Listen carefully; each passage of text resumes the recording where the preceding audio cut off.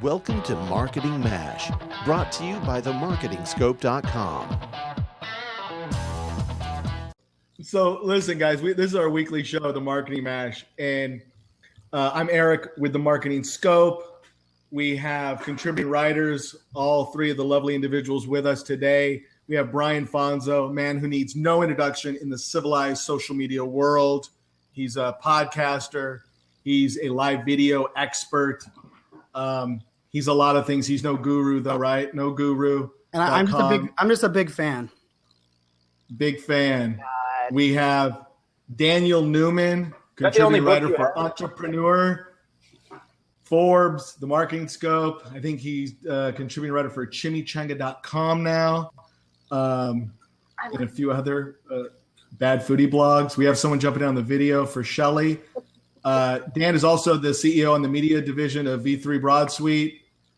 We have Shelly Kramer. I won't even try to get to her resume, but watching her speak this week and watching the fans just flock all over her and give her gifts. Shut your face. Wait, you mean is this the top 25 social media speakers via Inc? Is that the Shelly Kramer that's there? Congratulations! You guys are lucky. Throw up all over all of you. You guys are prettier in person than on video. Top 20. But what's great about Shelly is she's the president of an agency, but she gets in the trenches. She knows the real world. She's been there. She's fought some good fights, and I'm hoping to hear some of those good war stories when it comes to the topic today. Shelly, why don't you kick it off with how you define the omnichannel and that journey and that consistent and complementary journey for the customer. Maybe I defined it right there. That's the short version. Why don't you give us a more detailed version? You know what? I'm going to hand this over to Daniel because our guest today is still having trouble getting in. So I'm going to hand it over to Daniel. I'm going to step away. I'm going to call him. I'm going to try to walk him through this. So great. And Daniel, you recently wrote an article that was in Forbes, correct me if I'm wrong, that covered this. Yeah, well, I've been a big proponent of omnichannel for a long time. And omnichannel is a popular topic, but it really isn't about omnichannel so much anymore. It's just about experiences now. And the article was that omnichannel is about where marketing meets ubiquity. And the long and the short of it is that we don't really think about being omnichannel. And that's what brands need to start to understand. We don't really think about how we bounce from one device to another, or how we bounce from retail to digital, or how we bounce between print media, digital media, traditional other forms of radio or television media, right? We basically just do it, as Nike would say. And the problem is that as marketers, we're still kind of trying to catch up with this. So we're still kind of trying to think about, okay, so we have a buyer that starts their journey online. Okay, the first thing they do is they go on and they research, right? All the data is saying this is how it's done. Forrester, Google Zero Moment of Truth. It's endless, the number of studies saying the first thing someone does when they want to start buying is they go on Google and search, or they go to their social networks and they ask their friends for feedback. First thing you do.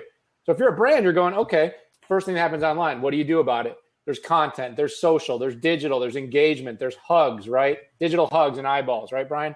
There's all those things are part of the equation of creating a relationship with a brand. But then if you're an experiential product, say you're an automobile, you're a speaker, a television set, you're any sort of product, a shoe, a piece of clothing, how do you create that experience? How does somebody try it? How does somebody get connected to that product and actually get closer with their experiences? So omnichannel can become many things. Before this week, I was thinking that's the moment you would enter into the store.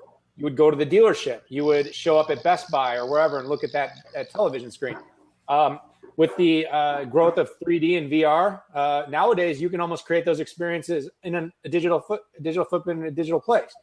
So this is kind of like the big grandeur of what omnichannel is really all about.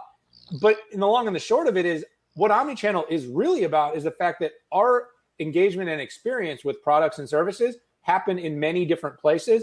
Oftentimes the buying cycle is long, and the life cycle of a relationship between a buyer and a brand, it traverses just the period of time which you shop into the time in which you own, and then that time that you become a recommender and everything else. And omnichannel, what a brand does, needs to tie to all parts of those buying journeys. Hey, Dan, And maybe this is a question for everyone, but I'll start with you.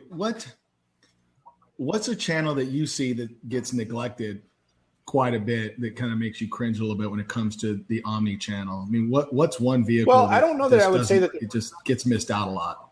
Well, it's not one vehicle. Where it's not consistent or it's off. You know what I mean? That's not fair. A lot of brands don't take the time to understand where their clients are and then make sure they focus there. Because there is a FOMO issue going on, right? Brian, you and I talk about it all the time. There's a ton of FOMO, and a brand can go one of two ways. They can go for everything. I want to get on every platform in the world and try to talk to everybody, right? Or there's the other school of thought that says, where are my clients?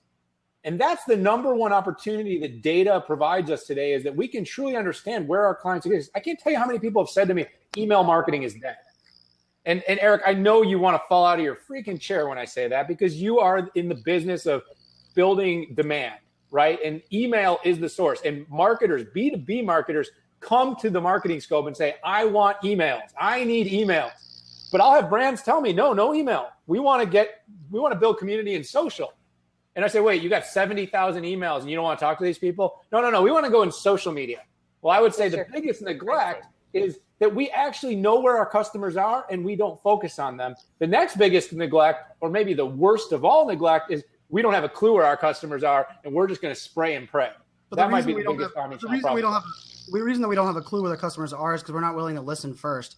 We still are in a sense that we know where they're at, you know. And I was never a believer in email marketing. I kind of felt like I could out social someone in email marketing. I've now come to my senses, and I can tell you the most popular blab that has happened in this entire platform happened at midnight. I was on with John Loomer, Carlos Gill, and Tyler Anderson. And you know why it was the most popular one? John Loomer sent an email out to his entire email list of 70,000 people and said, hey, quick favor, I'm on here live. If you're still up, jump on here. We went from a little over 30 people to 265 people in about 10 minutes, thanks to the power of email marketing. So you might have a lot of Twitter followers. You might have I think that's I completely switched my thoughts on email marketing. I think it's a completely different game. I also think email marketing has to change. We're not selling in email marketing. We should be helping in those emails. And I think there's some that are doing it well. I still think some are extremely spammy. And now we use things like SaneBox and we use things like Unroll Me Now to really get rid of the bad versions of email. Yeah, no, I think. Eric, do you see Shawn knocking here at all? No, he can't knock until he can't knock. Brian until bounced. And we're going to let Shawn Elledge, the president, right, of Integrated Marketing Summits, and a whole bunch of other things, jump on in here. And yay! Hey guys. Hi, Shawn. Sorry for the delay. That's okay. Hi, Shawn. Welcome. You know, guys, what was funny is that we were together in Minneapolis this week, and someone was using Shawn's computer, and her account was still tied to his Blab. That's why I couldn't get it. Shelly, you have an outstanding echo now. The technology is something to be desired. You sound like you're in a tunnel. I know, and I thought I fixed it earlier, but it didn't. Here, get one of these blue mics. They're cool. All right. So we've got Shawn in here, Eric. Let's talk to Shawn. You and Shelly had the opportunity, right, to attend his event just this last week, the Integrated Marketing Summit, which I heard was tremendous. I should have been there, but instead I was out enjoying 3D printed cars that go 0 to 60 in 2.8 seconds. Nice. And you guys are talking integrated marketing. But while you've got Shawn here, Shawn's a guy that's built email lists in the millions, right, Shawn? Yeah. Don't lie. Don't be humble. That publicly. He's built. Now, I'm not saying they're available. I'm saying he's done it.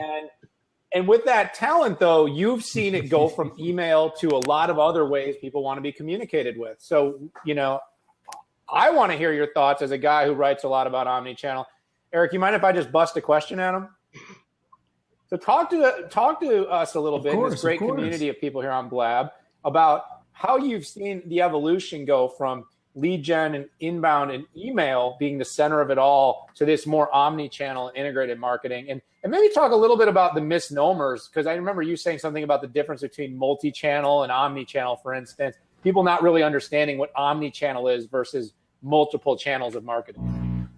Well, yeah, it's kind of interesting because I just did a research study with Gleanster. You know, Ian Michaels and me were kind of talking about it, and we're like, you know what? We're kind of tired of everybody confusing these terms, and so we just did a kind of a research study on just what is it, and just to find out how many, do marketers really have a good understanding of what the differences are in them. And the statistics were kind of funny. It was kind of pretty clear that the majority of marketers really confused integrated marketing with omnichannel. And so, multi-channel is pretty simple. You're marketing more than one channel. And it's very campaign focused. Whereas omnichannel is, more about the consumer and the way we behave with them and whether or not the channel is talking to the other channel. They have to talk to one another. And so it's not like hey, I'm marketing the same message on two channels. These channels actually have to talk and work simultaneously together and be cohesive. And then integrated, tends to be the entire encompassing everything. I'm talking about with the emphasis of being on the actual customer. Whereas omnichannel is kind of an outside in approach. Integrated marketing is an inside out approach. So that was kind of some of the stats we saw. Shawn, you've said this before, that multi-channel is inside out and omni is outside in. Can you touch on that a little bit more? Well, I think you guys are doing a great job of it just a minute ago, but just like you and me, Shelly, we just flew last week to Minneapolis, right? So, what did we do? I mean, we had our I know we both flew Southwest. So we've got our cell phone with us. We've got our check-in badge. We've got our loyalty points. We've got our account with us. We're putting it on the scanner, and it's just a great example of that outside in approach. Hey, I want to be convenient. I want my stuff when I need it. Which kind of supports the whole inbound is kind of creeping up and taking over outbound marketing. It's kind of the same principle. It's like, are you making my life easier, to work? Yeah, it's funny. I was talking to Chris Kovac, another marketing friend of ours, and he just goes on and on about how brands just really miss the boat on this one. And he complains constantly if he's trying to spend money with a brand and he can't do it. So it's like, that's the kind of stuff I think that omnichannel kind of really helps address. Yeah, I think there's another thing too, though, and where I want to go into is experiences. What actually drove me to write about omnichannel had nothing to do with marketing, like as being a marketer. What got me writing about it was an experience I had with my daughter buying soccer shoes. And I laughed about this. I wrote an article on Forbes. It's been read 46,000 times. It's probably gotten me more speaking gigs than anything else I've ever done, even though when I first started writing about it, I wasn't into omnichannel. But I talked about my daughter identifying that she needed a new pair of soccer shoes. And I went on to soccer.com and I started shopping. I put something in my cart. And then I never finished the purchase. And then all of a sudden, it was like a week later, I didn't buy the shoes. It was another night of practice. My daughter comes back, need new shoes, Dad. And ironically, I'd gotten an email in my box where they'd hit me up via an email and given me a special promotion that, hey, if I came back and bought these shoes in this next period of time, I was going to get a discount, free shipping, and all these other things, which basically what they did is they brought me back into the fold. They kept a connected journey to me, and they allowed me as a buyer that went from needing something to forgetting to complete a purchase to being reminded to getting a convenience and creating a benefit to me. They almost became like my personal assistant because they helped me get back to something that I needed to do that I'd forgotten. And it was an amazing thing. And I wrote about that, and it was so personal to me. I said, this is really what shopping in the future is going to be like. It's about tying together our lives in this constant state of connectedness that we're in, and making sure that our connection between us and brands and people we want to buy from are not missed, and that we can then also use those as opportunities to build relationship. And now, like I said, they take all the data of everything I buy, and the follow-up emails have gotten better and better and better in the way they're using data to target me. And that's what I really said. This omnichannel thing has big power, but not just for consumer buying, for all kinds of buying. Oh, I completely agree. I think it's funny you say it because this kind of goes back to a presentation I saw like 10 years ago, and it was on the Hallmark Value Star. And they had this 5-pointed star, and the top 3 stars, they talked about equity. What's the image and identity? How does it make me feel when I buy this product or service? Then the experience, what was the product experience like? What was the customer communication like? And then energy being, I think, the one that's really starting to grow a lot around omnichannel, and that is the time. What kind of time commitment does it take me just to make a purchase? How easy are you making it? What's it going to take? What kind of investment do I have to put in just to buy your stuff? How accessible is it? How convenient is it? And that's a perfect example, I think, of how easy they made it for you to purchase those soccer shoes. Yeah. I mean, and it was totally seamless, and they totally reeled me back in. It never, you know what I mean? It never let me disconnect, even though I had mentally completely checked out and probably forgotten about it for a period of a week. Pottery Barn is also an example of a brand, and I know we're talking about retail right now, but Pottery Barn is a great example of a brand that doesn't let you go, and they pay attention to what you're looking at when you're looking online. And I've been shopping for dressers for my daughter's bedrooms for a while, and so I looked at 20 different dressers, and I'm being remarketed to all across the web with these pictures of the dressers that were the last thing I looked at. And then they keep sending me offers that are specific to me, not specials, not Labor Day specials, but specific to me based on the fact that they know I'm furniture shopping and they know I'm close to making a decision. And they've been really brilliant with that. But I think it's a lot more challenging when you're in the B2B space it's not more challenging to do necessarily. I think it's more challenging to kind of get your heads around because we don't tend to think of our B2B customers the same way we think of our B2C customers. And they're the same. I think we just lost Daniel. Well, I totally agree with that. In fact, I just saw a recent study on Forrester, and they just did a B2B study in the omnichannel, and 49% of B2B buyers say they prefer to purchase on a B2C website because of the whole omnichannel experience. So when you look at that kind of data, you're like, wow, what's the deal here? 83% of B2B sellers are upgrading their e-commerce experience and planning to do more of this omnichannel kind of look. And 7 out of 10 B2B buyers prefer direct payment or credit card instead of POs and invoices. And if you think about it, it makes perfect sense because there's a cost to sale. And if I can make this more seamless and I can speed up the funnel and make it easier for people to buy, again, easy, that whole darn, going back to that whole Hallmark value chain and, making it easy for the consumer to buy my stuff, then why not? So I think but the challenges, they're going to be the same as they are in the B2C world. Look at how we're going to use all that data, integrating the back-end systems, fulfillment systems, ERP.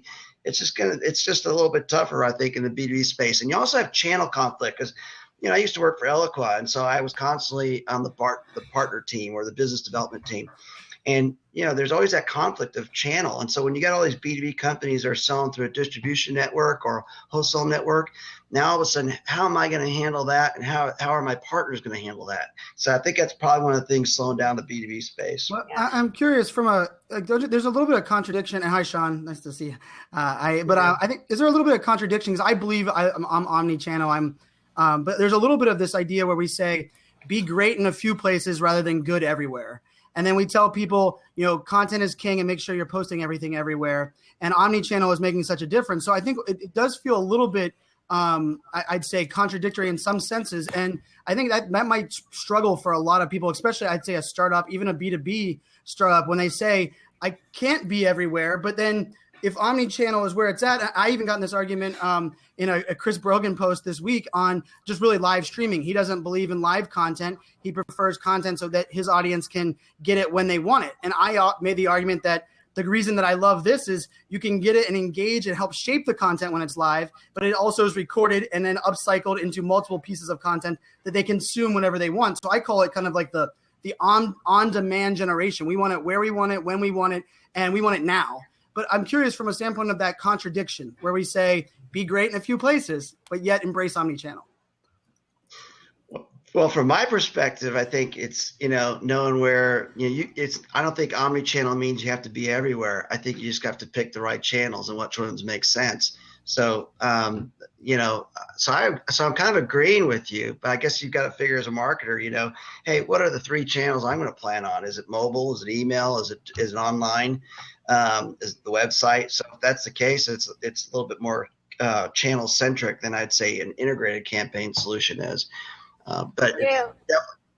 Yeah, and especially with a tech startup or B2B startup like you mentioned, Brian. I mean, you have to pick and choose those channels, but as long as you're consistent with your tone and your brand promise, I mean, that's another big thing, right? Because you can just pick a few channels, but you have to be consistent with your brand promise. And to me, and maybe I think a little differently than the rest of you, but that's the challenge as well. So when you're connecting with online, you're trying to buy something, or if you're in person, or if you're at an event, or you're doing an email, or even if you're connecting or working with someone in customer service or finance, you have to try to deliver that brand promise. And those are the channels that you need to be thinking about from that perspective. I want to pipe in here because, we've talked about a lot of B2C examples, and really the topic for this conversation was really about the B2B space and omnichannel.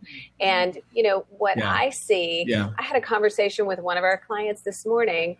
I'd been looking at Google Analytics, and I have been harping at them for the last year to pay more attention to building our list and to do, we don't do any kind of email marketing. Trust me, nobody knows how more important that is than I do. But you can't, and by the way, this is a very large, very profitable B2B company. But again, working with a marketing department that's very small, and they can only do so much. And I was looking at our analytics, and I was seeing that in the course of the last week alone, there had been 62 downloads of a white paper that we wrote for them. 62 downloads of a white paper. Those are leads. And I went back to her. Oh, and by the way, we had equally that many hits to our contact us form. So I went to her in one of my regular, gentle pings on this topic. And I said, what are you doing with the emails that are coming into our contact us form? What are they asking for? What do they need? What do they want? Are you segmenting them? Do we know what they're looking for? What about the people who are downloading the white paper? Do we know what companies they're for? How are we nurturing those leads? How are we qualifying those leads? We know that we're producing information that they're interested in. What are we doing with it? We're not really doing anything. Shelly, so do they have a process but set that's up? my point. So to Brian's point, it's not about B2B startups or small companies. We want to think that it is, because it makes sense that you're a startup. You haven't really got your shit together, right? But this happens every day in very large companies. And so if we're talking about omnichannel and you're a B2B company and you haven't nailed email, start there. Well, I got a lot to say about email, and it might be, you guys may disagree with it, but you're a small company. You can't wait for Google to index your content and drive traffic. Without profit, nothing's possible. And so I like a blended approach, so you're going to have an outbound campaign to help drive traffic, because the future is going to be content syndication. It's distribution. That's what's going to be happening. And I think that otherwise you're at the mercy of the search engines to make sure you're successful or not. And companies can't do that. So you're going to have to do a little bit of outbound. As much as some people are going to hate it, some people are going to be okay with it. But 78% of executives said, if you send me something that's relevant to my business, I'm going to read it. And that's an unsolicited email. 78% of executives said they'll eat it. They'll take it. But I do think it's a balance, in the B2B world of account-based marketing with some outbound, and ideally inbound would be the majority of your leads. And I do think inbound is going to give you better quality leads, but you can't wait for the search engines to take care of your business, in my opinion. So that's why I like email. Yeah, me too. So I'm curious from we were on the Cloud Talk show we did yesterday, and part of the conversation was really about the customer journey and, SAP's paper. But one of the things I actually was pointing out, and it's something I've been looking in just more, there's an element in here where we're getting more data, right, to understand our audience, what Daniel was kind of talking about before, and listening in the right places. But are data silos between departments maybe a bigger issue than even personal silos, in the sense that brands are getting this information through CRM, they're getting this information, feedback through email marketing, yet they're not relaying it to their customer service team or their product management team. Or they're saying, yeah, that's our customers that are noisy, but we don't believe they're right, or we don't believe they know what they're talking about. Where in this day and age now, I think we can no longer assume the customer's dumb. I think we now have smart customers across the board. We should have never I think you're right, Brian. Because they're not. Well, Shelly, you brought up a good point about the silo, right? You had done this work and drove people to the point you were supposed to drive them to, but it doesn't sound like you were set up for that next piece of the funnel. And I have a perfect example this morning. We had a salesperson that we delivered a batch of leads for one of his clients. And we bring back Daniel in here. We delivered a batch of leads for his clients. I'm overhearing the marketing gal telling him this in a call and just reminding him. But one of the things he left out was we have a lot of detailed analytics as part of our virtual event and our webcasting platform. And he didn't put some certain analytics to help the SDR group, what the SDR group's called the sales development representatives. They're the ones who call to set the appointments. And so he said, that's okay. They're smart. They'll get it. I go, well, no, I mean, we know a lot about this client. I said, they expect that. Those sales development reps are waiting for that detailed information because they know a little bit more about that person. So they know what to say when they call. And so luckily he went back and he provided that information, and they replied back in an email saying, yeah, we needed that. So thank you. We can't not have that. So sometimes the handoff between silos, going back to what Brian was saying, it needs to be very seamless. And sometimes technology gets in the way. Sometimes it helps it, actually. So Mitch Jackson asked this great question, Eric. I want to just jump in here. He says, do you guys know of any platforms that allow for internal integration between departments? And I think it's really interesting. So yesterday I was sitting down with an IBM partner and a friend of mine, a company called Aginity. And that's actually what they do, Mitch. And I just think it'd be really interesting for you to check them out. It's a company called Aginity, Aginity. Kind of a funny name. But they've built this because what's going on is it's kind of a waterfall. So companies have these data silos. They have data warehousing, and then they have where it goes into their applications and their business intelligence, and it's gets spit out as analytics. But the one big problem that everybody has is actually the inputs, right? It's the modeling is the problem with the data.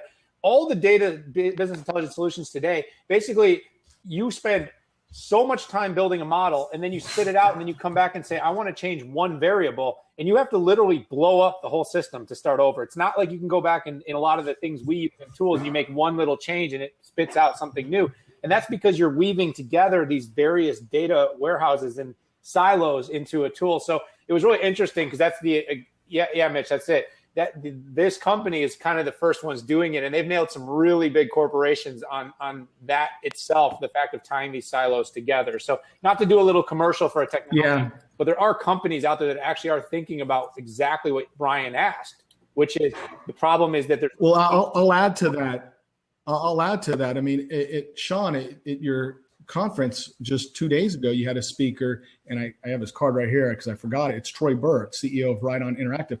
They actually have a life cycle management platform that helps you with the customer journey, and it calls out deficiencies as well. And so it helps the marketer be able to deliver more ROI. It's not just about a lot of leads or maybe a lot of opportunities, but what are those opportunities doing? And then once they become a customer, are they getting to the next stage in the right time period? And as a marketer, can we increase that? Can we make it faster or stronger or more? That's absolutely great information. I mean, that's a really good way of putting it, Eric. But to go back, the number one challenge in the B2B space for Omnichannel, 44% said difficulty in integrating back office technology, 42% difficulty in sharing customer data and analytics across the platform.